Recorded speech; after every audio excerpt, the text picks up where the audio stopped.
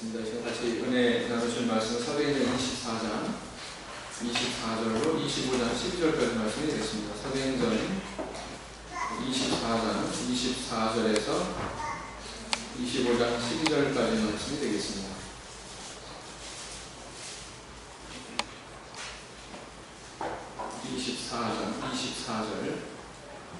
정과 동일하게 한 절씩 교독하시겠습니다. 제가 먼저 읽겠습니다. 수일 후에 벨릭스가 그 안에 유대 여자 드루실라와 함께 와서 바울을 불러 그리스도 예수 믿는 도를 듣거늘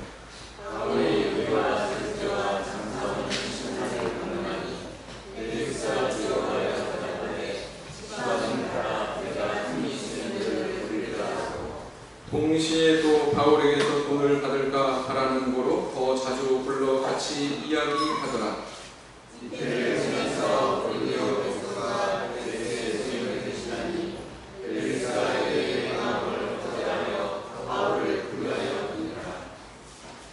베스도가 도임한 지 3일 후에 가이사랴에서 예루살렘으로 올라가니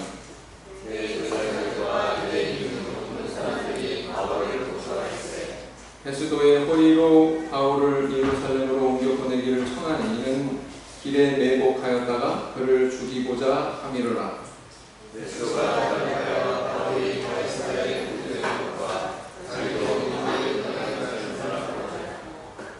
또 가로되 너희 중 유력한 자들은 나와 함께 내려가서 그 사람에게 만일 옳지 아니한 일이 있거든 송사하라 하니라.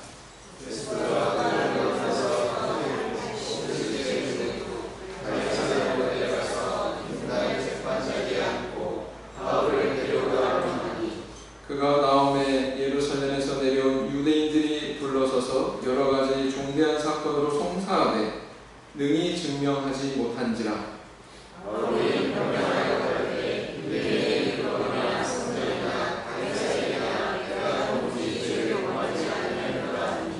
베스도가 유대인의 마음을 얻고자 하여 바울더러 묻되 내가 예루살렘에 올라가서 이 사건에 대하여 내 앞에서 신문을 받으려느냐?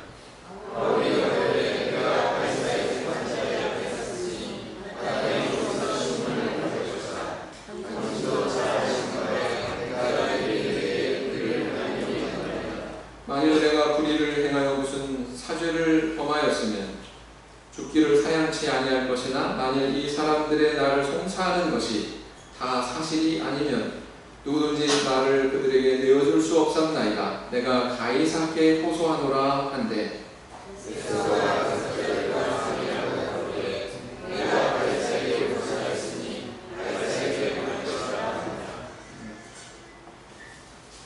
중국의 그 장가계라고 하는 곳에 가면 또 근처에 천문산이 있습니다.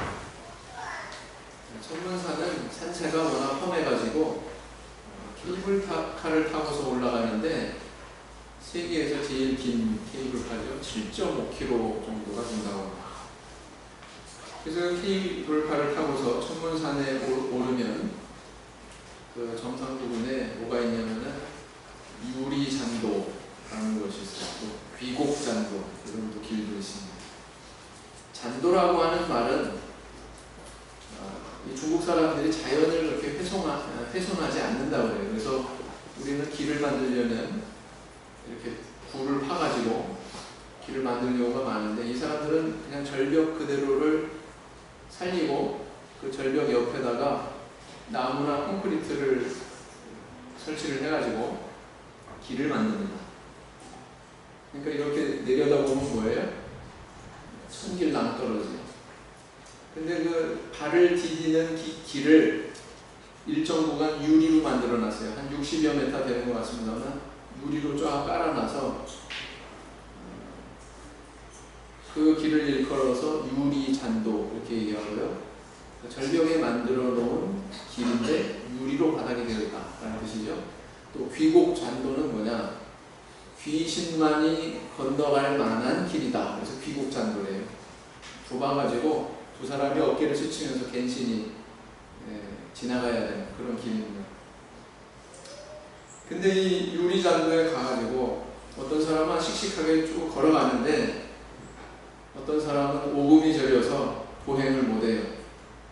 김세영 목사님 잘 했을까요? 못했을까요? 그러면 실제로 했을까요? 안 했을까요? 했어요. 눈 감고 갔어요. 근데 그 귀곡잔도라고 하는 곳은 아무 이상 없이 가겠더라고요. 예, 유리로 된 곳은 이렇게 쳐다보면 천길 낭떠러지는 그야말로. 근데 유리가 있어서 안심이 되는 게 아니라 그 낭떠러지가 보니까 오금이 저려서 못 가요. 귀곡잔도라고 하는 곳은 그냥 이 콘크리트 바닥이기 때문에 보행을 할 수가 있죠. 아무리 좁아도 밑이 들여다보이지는 않으니까. 그래서 유리잔도는 그렇게 엉금엉금 눈 감고 간 반면 귀곡잔도는 그렇게 유연하게 지날 수 있는 것을 보면 참 이 사람이라는 게 물론 특정한 사람의 이야기겠지만 눈에 보이는 것에 이렇게 구속이 많이 되는구나, 눈에 보여지는 것에 영향을 많이 받는구나, 이런 생각을 많이 하게 됩니다. 차라리 어떤 경우는 우리가 보지 않고 듣지 않고 느끼지 않으면 아예 그것이 더 나에게 유익인데 그것이 눈에 보여지고 만져지고 귀로 들려지기 때문에 그것이 나에게 또 해가 되는 경우도 없지 않은 것 같습니다. 그러나 우리가 무엇을 눈에 담고 무엇을 듣고 하는 것은 무엇에 집중하느냐에 따라서 또 틀려지는 것이죠. 우리는 어디를 주목을 하고 있습니까? 나를 둘러싼 여러 가지 상황들이 있고 사람들이 있는데 우리는 무엇에 주목하면서 살고 있습니까? 그 상황 속에 정말 내가 느끼지 못하는 순간에도 나와 동행하셨고 동행하고 계시는 그 하나님의 손길에 대해서 우리는 주목하고 느끼고 있는지 모르겠습니다. 그것을 발견하는 눈이 더 커진다면 우리는 정말 씩씩하게 우리 인생의 길을 걸어갈 수 있을 것이고, 그것을 잘 발견하지 못한다면 우리 인생길은 참으로 가시밭과 같은 그런 고통을 느끼는 길이 되겠죠. 이렇게 하나님의 보호와 섭리 아래 사도교회가 한 세기도 안 되는 짧은 기간에 팔레스타인에서 아시아로, 다시 아시아에서, 여기서 얘기하는 아시아는 소아시아입니다. 현재 터키. 아시아에서 다시 유럽으로, 유럽에서 전 세계로 이렇게 복음이 전파되게 됩니다. 비록 고난도 있고 여러 가지 사건도 있고 혼란도 있었지만 그런 모든 과정을 다 이겨내면서 복음이 전파되는 것을 우리는 발견하게 되죠. 근데 이렇게 복음이 전파될 수 있는 것이 가능했었던 이유는 바로 바울 사도와 같이 하나님의 말씀을 붙들고 마음속에 사명을 품고 충성을 다한 이런 인물들이 있었기 때문입니다. 계시록 2장 10절 말씀을 보시겠습니다. 계시록 2장 10절 말씀. 계시록 2장 10절 말씀.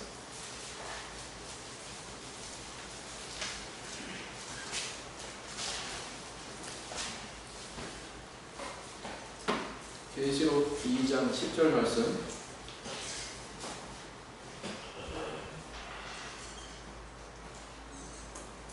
같이 읽겠습니다. 시작. 내가 장차받을 고난을 두려워 마라. 볼지어다 나귀가 장차 너희 가운데서 몇 사람을 오게 던져 시험을 받게 하리니 내가 10일 동안 환난을 받으리라. 내가 죽도록 충성하라. 그리하면 내가 생명의 멸류관을 네게 주리라. 이 계시록에 나온 서머나 교회에도 적지 않은 어떤 어려움과 곤고가 있었던 것 같습니다. 그런데 그것을 잘 감내한 충성된 성도들에게 주님께서는 이런 격려의 말씀을 주고 계세요. 네가 죽도록 충성해라. 그러면 내가 생명의 멸류관을 내게 주리라. 비단 바울 사도뿐만 아니라 서머나 교회 성도들뿐만 아니라 오늘날 같은 신앙을 품은 우리 참교회 성도들도 주님께서 같은 약속을 주시고 계신 줄 믿습니다. 복음은 그냥 전파가 되는 것이 아니라 이렇게 충성된 성도들을 통해서, 충성된 일꾼들을 통해서 전파가 되게 되어 있습니다.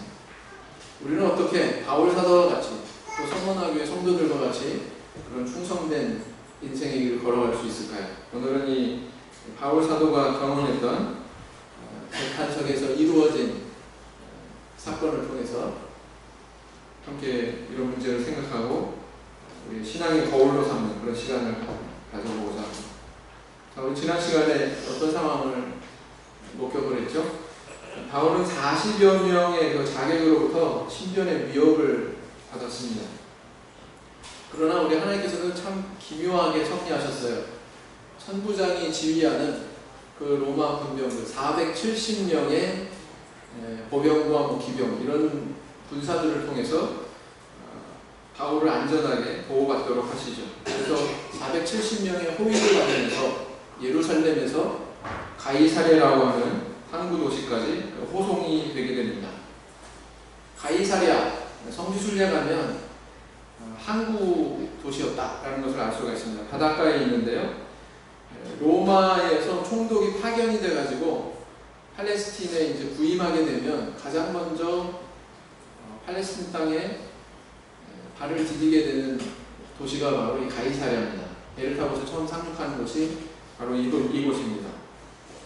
그리고 뿐만 아니라 예루살렘에도 기거하지만 총독이 가이사랴에서, 왜냐하면 이건 한국이기 때문에 소식도 빠르고 하기 때문에 이 총독이 오랜 동안 머무는 도시가 바로 가이사랴였다라는 것입니다. 바로 그 항구 도시 가이사랴에서 바울은 부류가 돼 있는 상태였고 총독의 부름에 따라서 재판을 받는 그런 과정을 밟고 있었습니다.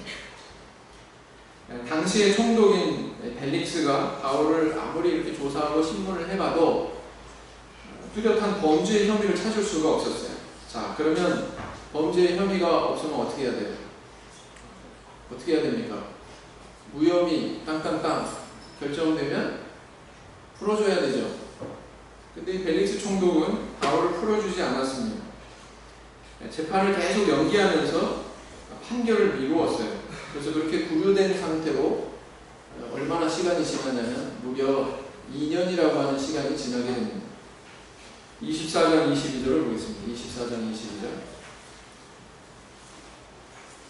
23절 보시면 백부장을 명하여 바울을 지키되 자유를 주며 친구 중 아무나 수종하는 것을 금치 말라 하니라. 이렇게 2해 동안 구류가 된 상황이었지만 그것은 지금 이 기록이 보여주고 있는 것처럼 가택연금과 같은 그런 상태였습니다. 뭐 착고가 채워지고 뭐 이렇게 결박되어 있고 그것이 아니라 사람도 자유스럽게 만날 수 있고 교제할 수 있고 하는 이런 가택연금 상태에 있었다라는 것입니다. 그래서 이 2년이라고 하는 세월을 이런 상태로 보내게 됩니다. 그런데 그렇게 세월을 보내는 동안에 벨릭스가 어떻게 했냐면 가끔 바울을 불러서 이야기를 듣습니다. 무엇에 대해서요? 예수의 복음에 대해서 이야기를 듣습니다. 근데 그 목적이 복음을 듣겠다고 하는 순수한 목적이 아니라 여기 기록하기를 뭘 바라고서 지금 부른 거예요? 네? 뭔가 나를 좀 풀어주세요. 이렇게 석방되기를 부탁하면서 뇌물을 주지는 않을까 하는 그런 기대감에서 바울을 그렇게 풀어주지 않고 계속 구류해 뒀다라는 것입니다. 가끔 불러서 이야기를 들었다는 것입니다. 근데 오래지 않아서 이제 총독이 새 인물로 교체가 되게 되죠. 벨릭스라고 하는 사람 대신에 누가 와요? 25장 1절에 보니까 베스도, 그죠? 베스도라고 하는 자가 후임자로 구입을 하게 된 것입니다. 이 총독이 교체되는 이 상황은 바울에게도 그렇게 썩 좋은 상황은 아니었던 것 같습니다. 왜냐하면 새로운 총독이 이 사안에 대해서 새롭게 파악하고 바울의 재판을 다시 다루려면 원점부터 다시 시작해야 되거든요. 근데 이게 별로 좋은 상황은 아니었다라는 것입니다. 참 어처구니 없기도 하죠. 신임 총독도 구총독인 벨릭스와 사실은 도덕성 면에서 별 차이가 없었던 것 같습니다. 부임하자마자 유대인들의 환심을 사는데 온갖 관심에 초점이 있었어요. 그래서 그들의 환심을 사기 위해서 또 이렇게 질문하죠. 네가 예루살렘에 올라가서 이 사건에 대해서 재판받을래? 그랬더니 바울 사도가 뭐라고 합니까? 바울이 대답하기를 이 사람들이 고소한 내용이 사실이 아니면 나를 그들에게 내어줄 수 없습니다. 저는 가이사께 재판을 호소합니다. 이렇게 이야기하더라는 것입니다. 이 대답으로 인해서 바울에 대한 재판은 새로운 국면을 맞이합니다. 이제 가이사랴가 아니라 여기서 배를 타고 떠나가야 돼요. 어디로? 가이사가 있는, 가이사께 호소했으니까 가이사가 기거하고 있는 로마 황제니까 어디에 있어요? 로마에 있죠. 로마에 가게 되는 빌미가 만들어지는 것입니다. 누구의 입술을 통해서? 바울 사도 자신의 입술을 통해서. 자, 우리는 이 바울의 재판의 과정을 통해서 발견할 수 있는 주님이 우리에게 주시는 그런 어떤 섭리의 구체적인 교훈은 바로 이런 것입니다. 첫째는 뭐냐면 하나님은 악인조차도 당신 자신의 뜻을 이루는 도구로 사용하신다라는 것입니다. 24장 27절을 보세요. 24장 27절. 이태를 지나서 보르기오 베스도가 벨릭스의 소임을 대신하니 벨릭스가 유대인의 마음을 얻고자 하여 바울을 구류하여 두니라. 아무 죄도 없음에도 불구하고 몇 년이요? 이태가 어느 정도 기간이에요? 이태가 2년이라는 뜻입니다. 2년이 넘도록 이렇게 감동을 당했어요. 죄가 없다는 거 분명히 벨릭스 총독도 알고 있었습니다. 그러나 그는 계속 가뒀습니다. 첫째 이유는 뭐냐? 시끄러운 상황이 발생하면 안 되니까. 자기는 신분이 총독입니다. 총독이라고 하는 지위를 유지하려면 어떠해야 되냐면 아무 탈이 없어야 돼요. 마치 군대 장성들이 복무기간에 그 부대에 아무 사고가 없어야 진급할 수 있는 것처럼 마찬가지다라는 것입니다. 총독이라고 하는 그런 직분을 자기가 맡고 있는 동안에 그 부임지에서 아무 탈이 없어야 돼요. 만약에 무슨 소요가 일어났다거나 폭동이 일어났다거나 이런 상황이 만들어지게 되면 로마 황제로부터 낙인 찍히게 되고 제 능력 없는 애야. 그러면 이제 총독직을 박탈당하게 되는 거죠. 그런 상황이 싫은 거예요. 그래서 구류해 둡니다. 두 번째는 뭐냐? 성경에 분명히 기록된 대로 바울에게 뭔가 뇌물을 받기를 원했다라는 것입니다. 악해요? 선해요?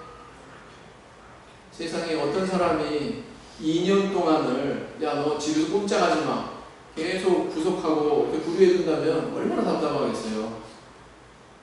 바울 사도는 그 일을 당한 거예요. 26절에 보면 동시에 또 바울에게서 돈을 받을까 바라는 거로 더 자주 불러 같이 이야기하더라 그랬어요. 자, 후임 총독으로는 베스도는 어떠했습니까? 대동소이했죠. 바울의 억울함을 풀어주는데 공정한 재판을 하는데 관심이 있기보다 유대인의 마음을 얻는데 그들의 환심을 사는데 더 관심의 초점이 있어요. 그래서 아주 교묘한 정치적인 그런 질문을 던지기도 하고 그러지 않습니까? 벨릭스나 베스도나 악한 사람이 하나라도 참 괴로운 일인데 연거퍼서 계속 악한 사람들이 이렇게 바톤 터치 받으면서 나를 이렇게 짓누르는 바울 사도를 이렇게 짓누르는 그런 상황이 있었다라는 것입니다. 우리는 이 마당에서 예수님의 재판에 대해서 한번 생각해 보게 되죠. 예수님도 역시 불의한 재판을 당하셨어요. 예수님이 십자가형을 언도받은 예수님께 십자가형을 언도한 총독 이름이 뭐였습니까? 빌라도. 그죠? 빌라도도 예수님이 죄 없다는 것을 알았어요? 몰랐어요? 알았어요. 그럼에도 불구하고 왜 불가피하게 십자가형을 언도할 수밖에 없었습니까? 군중들이 소리 지르죠? 만약에 그 죄 없다 하면 가이사의 충신이 아니니이다. 자칭 왕이라고 하는 저 사람 벌 안 주면 당신은 가이사에게 충성하는 인물이 아닙니다. 이러면서 위협을 했죠. 거기에 굴복하고 만 것입니다. 자기의 신변의 안전을 위해서 사실은 타협한 거예요. 공정하지 않게 재판의 결론을 내린 것입니다. 그래서 예수님 십자가에 달리도록 내어준 것입니다. 근데 오늘 상황을 보세요. 바울 사도 똑같은 상황 당하고 있죠. 예수님이 당한 상황 바울 사도가 당하고 있고 오늘날 살아가는 신앙인으로서의 길을 가는 우리 성도들에게도 이런 상황이 있을 수 있을까요? 없을까요? 있습니다. 신앙 때문에 이런 상황 당할 수 있어요. 정말 벨릭스면 족하겠는데 벨릭스의 베수도까지 막 줄줄이 이어가지고 나를 괴롭히는 것처럼 나에게 그런 괴로움을 주는 존재들이 있을 수 있습니다.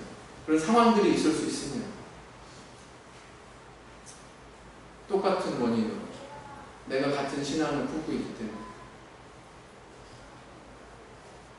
근데 그런 상황에 대해서 우리는 1차원적으로만 반응을 나타내면 안 돼요. 막 괴로워하고 슬퍼하고 분노하고 절망하고 그런 식으로만 반응하면 안 된다는 것입니다. 왜 그렇습니까?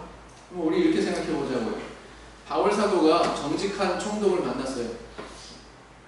그래가지고 정직한 총독이 가만 보니까 바울이 너무 착해. 아무 죄가 없어. 아니 뭐 이런 경우가 다 있지. 당신 지금 이 시간으로 석방 땅땅땅 이렇게 했다고 칩시다. 어떻게 됐을까요? 바울이 어떻게 됐을까요? 여기 오늘 3절에서도 뭐라고 그렇게 하고 있습니까? 베수도의 호의로 바울을 예루살렘으로 옮겨 보내기를 청하니 이는 길에 매복하였다가 그를 죽이고자 함이로라. 바울을 죽이려고 하는 자객들이 아직 보살이고 있어요? 없어요? 아마 이 상태로 정직한 총독 만나가지고 석방됐으면 며칠 내로 변산죄로 발견됐을 거예요. 바울은. 맞습니까? 틀립니까? 그런 상황을 놓고 보면 좁은 시각으로 보면 벨릭스나 베수도의 욕심 때문에 불의함 때문에 지금 부류되어 있는 거지만 더 큰 하나님의 섭리의 관점에서 보면 이게 하나님이 인도하신 손길이에요? 아니에요? 이에요? 아니에요? 그래서 천부장같이 양심 바르고 자기 임무를 다하는 그런 정직한 사람을 통해서도 하나님은 역사하시지만 벨릭스나 베수도같이 불의한 사람을 통해서도 하나님께서는 역사하실 수 있는 겁니다. 맞습니까? 대답은 지금 잘하는데 내 삶하고 연결시키면 그게 이제 수긍이 안 되는 거죠. 아, 뭐 저런 인간이 다 있어. 그냥 막, 예? 벽을 치고 분노하고 저 사람으로서 내가 정말 인생의 날개를 달 것 같은 그런 생각하고 그런 거죠.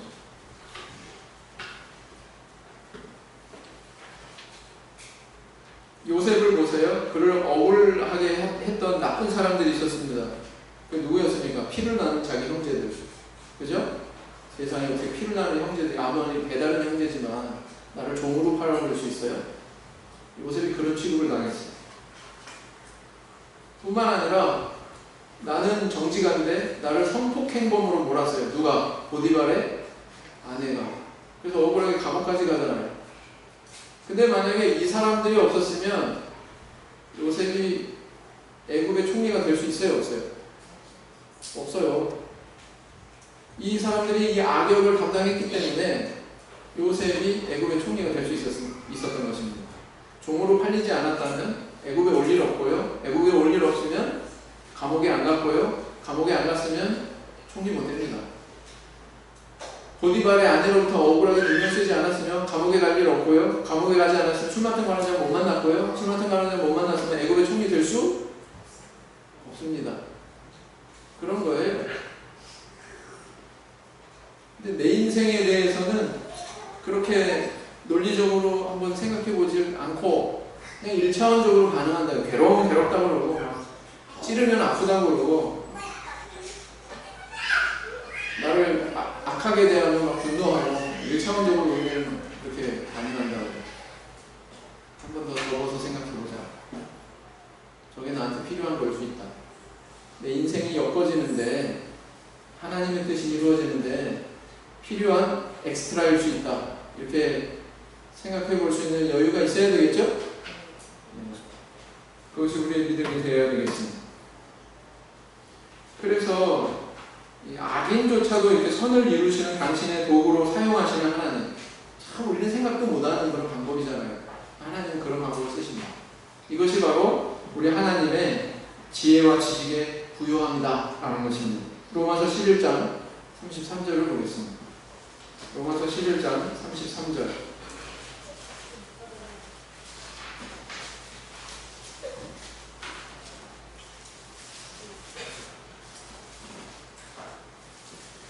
로마서 11장 33절.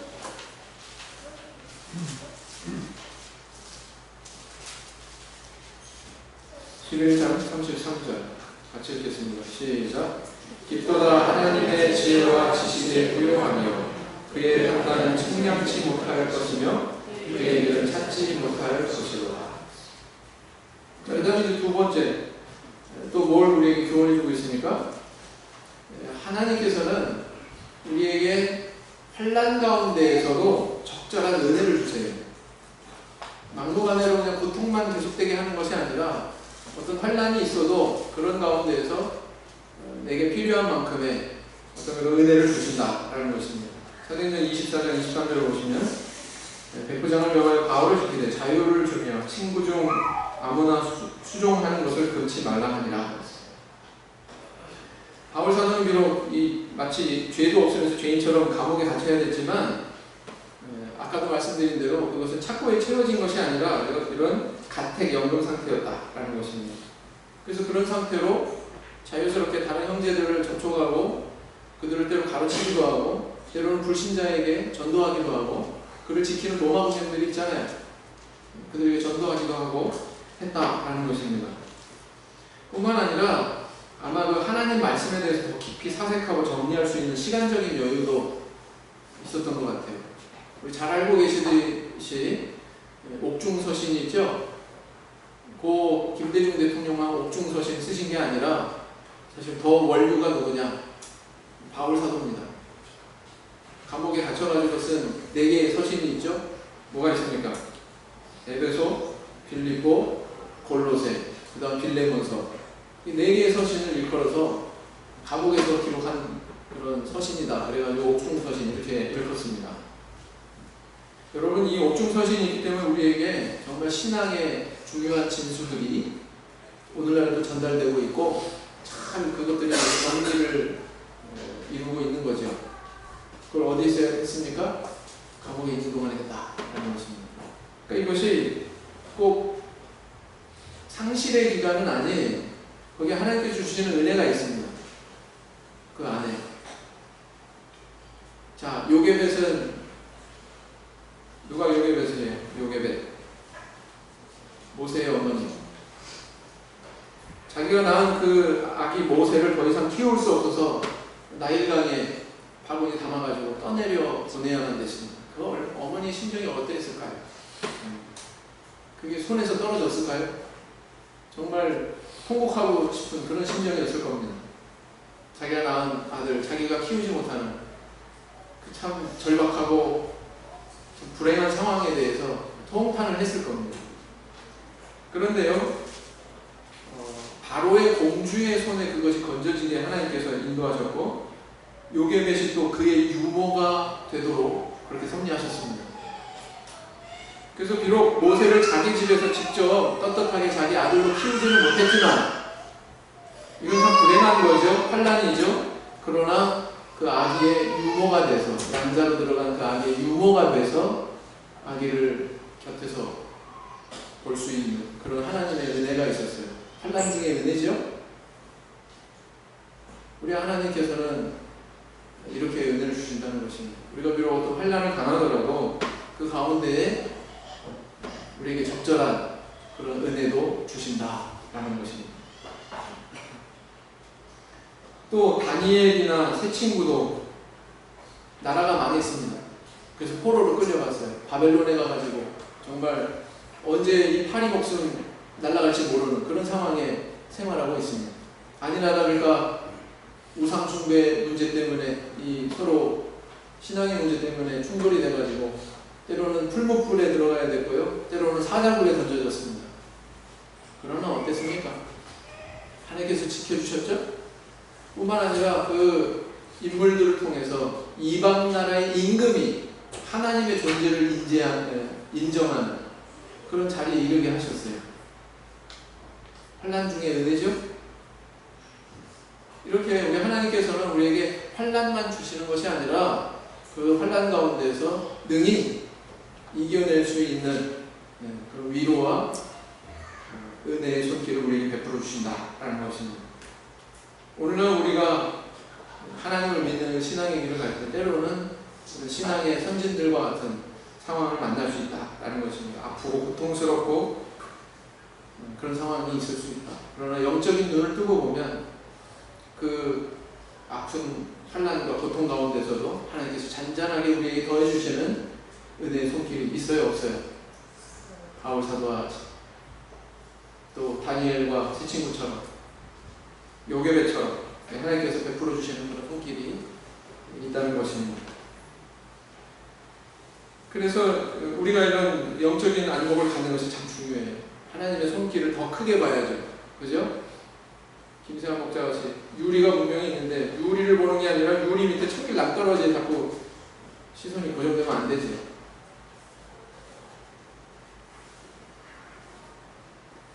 호세아서 6장 1절 말씀을 보시겠습니다. 호세아서 6장 1절 말씀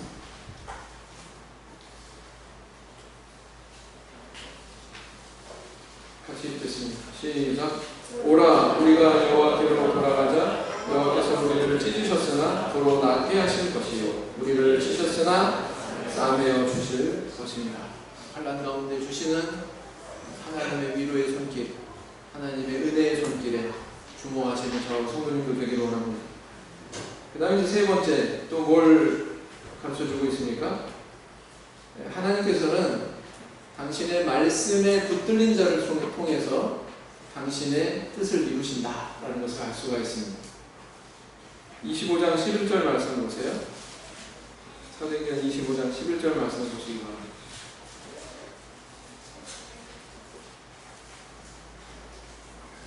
만일 내가 불의를 행하여 무슨 사죄를 범하였으면 죽기를 사양치 아니할 것이나 만일 이 사람들이 나를 송사하는 것이 다 사실이 아니면 누구든지 나를 그들에게 내어줄 수 없었나이다. 내가 가이사께 호소하노라 한대 그랬어요. 자, 이게 무슨 의미일까요? 가이사께 호소합니다. 이렇게 바울 사도가 지금 얘기했는데 당시 로마법에 의하면 로마 시민권자는 황제에게 직접 자기의 재판을 청구할 수 있는 그런 권리가 있었습니다. 대단한 권리죠. 황제에게. 말하자면 뭐 고등법원 뭐 이거 다 그냥 지나치고 맞바로 그냥 뭐 대법원으로 가는 것 같은 그런 상황이다라는 것입니다. 확실하게 그 최고 그 결정기관에서 결정해달라라는 거죠. 그걸 요구한 거예요. 그런데 우리가 이렇게 생각해 볼 수가 있어요. 과연 바울 사도가 꼭 가이사에게 이렇게 재판을 청구해야만 되는 그런 불가피한 상황이었나? 그냥 가만히 자기가 있어서 자기의 무죄함만 증거를 한다면, 증명을 한다면 석방될 수도 있지 않았나? 그렇게 생각할 수 있잖아요. 근데 왜 불현듯 갑자기 내가 가이사께 호소합니다 이렇게 나왔느냐라는 거죠. 생각해 봐야 된다라는 것입니다. 26장 22절을 보세요. 26장 22절 26장 그 전에 25장 12절을 먼저 보시면 베스도가 배석자들과 상의하고 가로되 내가 가이사에게 호소하였으니 가이사에게 갈 것이라 하니라. 그런데 26장 32절에 같이 읽겠습니다. 시작. 이에 아그리빠가 베스도더러 일러 가로되 이 사람이 만일 가이사에게 호소하지 아니하였다면 놓을 수 있을 뻔하였다 하니라. 죄가 있다는 거예요, 없다는 거예요? 죄가 없다는 게 아그리빠 왕하고 베스도 총독이 신문의 과정을 다 발로봤더니 죄가 없다는 것이 명확해졌어요. 왜 하필이면 가이사한테 호소를 했지? 호소하지 않았다면 놓을 수 있을 뻔했다. 그렇게 얘기하고 있는 거죠. 그죠?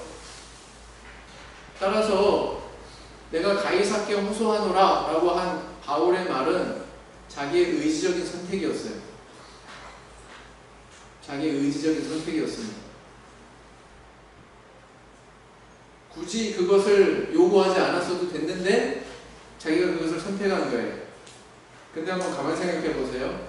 바울 사도는 왜 이걸 선택했는가? 다음 질문으로 나아가야죠. 바울 사도가 이 선택을 하기 전에 우리 사도행전 23장에서 어느 날 밤 주님께서 계시를 통해서 바울에게 하신 말씀을 다시 한번 상기해 볼 필요가 있습니다. 사도행전 23장 11절을 보시면 어떻게 기록하고 있습니다. 23장 11절을 보시면 같이 읽겠습니다. 시작. 그날 밤에 주께서 바울 곁에 서서 이르시되 담대하라. 내가 예루살렘에서 나의 일을 증거한 것 같이 로마에서도 증거하여야 하리라 하시니라. 가만 보니까 이미 주어진 주님의 말씀이 있었어요, 없었어요? 너 로마에서 나에 대해서 증거했지. 그런데 이제 새로운 사명이 있어. 내가 새로운 사명을 부여해주마. 너 로마에 가서도 증거해야 된다. 그랬어요, 안 그랬어요? 근데 그 로마에 가야 된다고 하는 그 말씀, 주님의 계시의 말씀에 붙들린 바울은 그 사명을 느꼈기 때문에, 로마에 가서 증거해야 된다는 사명을 느꼈기 때문에 베스도 앞에서 어떤 선택을 한 거예요? 가이사께 가기를 나는 호소합니다. 그래야 어디에 갈 수 있습니까? 로마에 갈 수 있으니까. 결국은 그 예수님의 말씀을 성취하는 것은 바로 누구였어요? 그 예언의 말씀을 성취하는 것은 바울 자신의 선택이었어요. 맞습니까? 그는 그 주어진 말씀에 대해서 사명을 느꼈고 그 말씀에 붙들려서 그 말씀의 입각에서 가이사께 호소하노라 라고 말한 것입니다.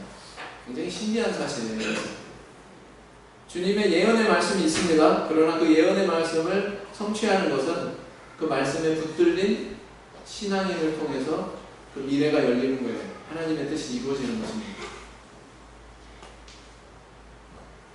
마치 아브라함에게 하나님이 내가 이 땅을 너와 내 자손에게 주마 약속하셨습니다. 그렇죠? 근데 나중에 아내가 죽고 나니까 아내 매장할 땅이 없어요. 분명히 하나님의 약속, 이 땅 너와 내 자손에게 줄게 이러는데 아내 매장할 만한 손바닥만한 땅도 없어요. 그 에브론에게 은 400세겔이라고 하는 거금을 주고서 막벨라고를 사잖아요. 그죠? 저기 갈대아 지방에 있는 우루, 자기 고향에다가 땅을 산 게 아니에요? 사람은 얼마나 기소론능이 강한데요. 다 은퇴한 다음에 어디 간다고 그래요? 자기 고향 간다고 그러죠. 바울 사도는 갈대아 우루로 가려고 하지 않았어요. 그럼 왜 하필이면 가나안 땅에다가 자기 아내 또 자기가 들어갈 내 후손들이 들어갈 묘지를 샀을까요? 여기 뭐가 있으니까? 하나님의 약속이 있으니까. 야, 내가 이 땅을 너와 내 자손에게 줄게. 그 말씀을 믿었어요. 그 말씀을 믿었기 때문에 은 400세겔을 주고 그 땅을 산 거예요. 말씀에 붙들려서 그 땅을 산 거예요. 그런데 그 땅을 산 게 어떤 역할을 하냐면 아브라함 부부 내외 거기 들어가죠. 이삭 내외 거기 들어가죠. 야곱 내외 거기 들어가죠. 후손들이 마음의 고향으로 삼을 수밖에 없는 상황을 아브라함 자신이 만들었어요. 묘지를 통해서. 하나님의 약속이 있었습니다. 그런데 그 말씀을 받아들이고 믿었기 때문에 믿음에 입각하는 행동을 했고 그 행동을 통해서 하나님의 그 약속이 성취가 되는 그런 신비한 모습을 우리는 발견하게 됩니다. 역시 바울에게서도 마찬가지예요. 바울도 마찬가지죠. 주님께서 이미 주신 그 말씀, 너 로마에서도 증거할 거야. 그 말씀을 마음에 담았어요. 사실 그는 구유된 것이 벨릭스나 베스도에게 구유된 게 아니었습니다. 사실은 더 근본적으로 영적으로 보면 하나님의 말씀에 구속됐었어요. 하나님의 말씀에 결박된 존재입니다. 그래서 그 말씀을 쫓아서 자기의 선택을 하고 있는 거죠. 맞습니까? 이게 우리 신앙인의 길이에요. 우리가 걸어가야 되는 길입니다. 우리가 그 말씀을 담을 수도 있고요. 뱉어버릴 수도 있어요. 그것을 담으면 반드시 우리는 그 말씀에 입각해서 행동하게 되어 있습니다. 그게 믿음의 행동이고요. 그게 하나님의 뜻을 이루는 과정이 됩니다. 우리 성도님들 그런 선택이. 안식일날 여기 와서 예배 드릴 수도 있고 하나님의 말씀 벗어나서 예배 안 드릴 수도 있고 그렇잖아요. 저녁 예배 참석할 수도 있고 안 할 수도 있고, 하나님 말씀 쫓아서 내가 선한 봉사 할 수도 있고 안 할 수도 있고, 근데 그 선택에 의해서 하나님의 언약의 말씀이 이루어져 간다는 거예요. 그 말씀 안에 들어간 존재들을 통해서. 굉장히 신비롭고 중요한 사실이죠. 시편 119편 105절에 주의 말씀은 내 발의 등이요 내 길의 빛이니이다, 이런 말씀이 있습니다. 성경에서 내 발의 프레시요 내 길의 헤드라이트입니다, 이렇게 기록하지 않았습니다. 멀리까지 비춰주죠, 헤드라이트 프레시는. 근데 이때 등은 어때요? 얼마나 비춰줄까요? 등이 촛불이나 기름에다가 불 붙여가지고 이렇게 등 들어보셨나요? 얼마나 나가요? 광선이? 불과 몇 번 안 나가요. 따라서 우리의 시야도 얼마 멀리 못 나갑니다.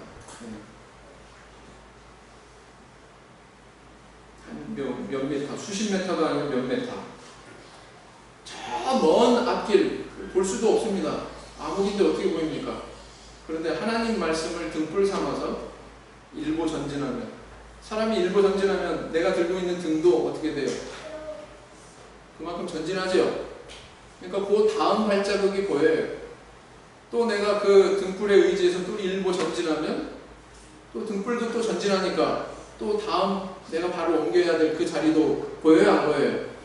보여요. 그렇게 일보 전진하면서 길을 열어가는 게 그게 우리 인생이다, 신앙인의 인생이다 라는 것입니다. 하나님의 말씀은 등불과 같다 그랬습니다.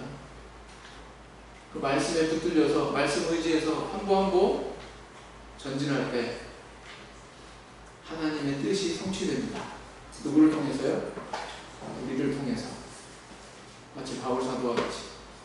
바울 사도는 그걸 알았어요. 주님이 그런 말씀이 있으니 그래, 그 말씀대로 내가 선택하자. 가이사께 호소하노라.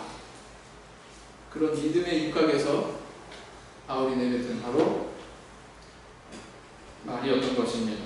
바울 사도의 선택이었던 것입니다. 그래서 로마에 가리라는 주님의 말씀이 우리 삶에도 있어요. 너 이렇게 해야만 된다 라는 주님의 말씀이 있습니다. 거기에 대해서 우리는 내가 가이사께 가겠습니다, 이런 순종의 마음이 있어야 된다는 거죠. 내가 가이사께 가기를 선택하겠습니다, 이런 결단이 있어야 된다라는 것입니다. 오늘 어떻습니까? 성도님들, 주님께서 주신 그런 말씀에 붙들려서 살고 계십니까? 말씀에서 붙들려 살았던 바울 사도를 통해서 그 팔레스타인 좁은 땅에 있던 복음이 소아시아에서 다시 유럽으로, 유럽에서 이제 로마로 가니까 어떻게 돼요? 로마는 모든 도로가, 전 세계가 다 연결이 되어 있는, 그물망처럼 이렇게 연결이 되어 있는 중심지죠. 세계에 가진 풍요로운 그런 농작물이나 아름다운 보석이나 그런 상품들이 다 로마로 몰려들어서 그런 시대였습니다. 그 잘 발달된 로마 시대의 도로를 타고 복음이 땅끝까지 전해지게 되었던 것입니다. 바울 사도와 같이 하나님 말씀에 붙들려서 충성된 그 한 사람이 있었기 때문에 복음이 이렇게 땅끝에까지 이룰 수 있었다는 것입니다. 오늘 어떻습니까? 우리 성도님들 어떤 자리에 있건 바울 사도처럼 하나님 말씀에 붙들려서 내 미래의 길 뿐만 아니라 하나님의 뜻을 이루어 가시는 성도님들 다 되시기를 예수님 이름으로 기원드립니다. 묵상 기도하시겠습니다.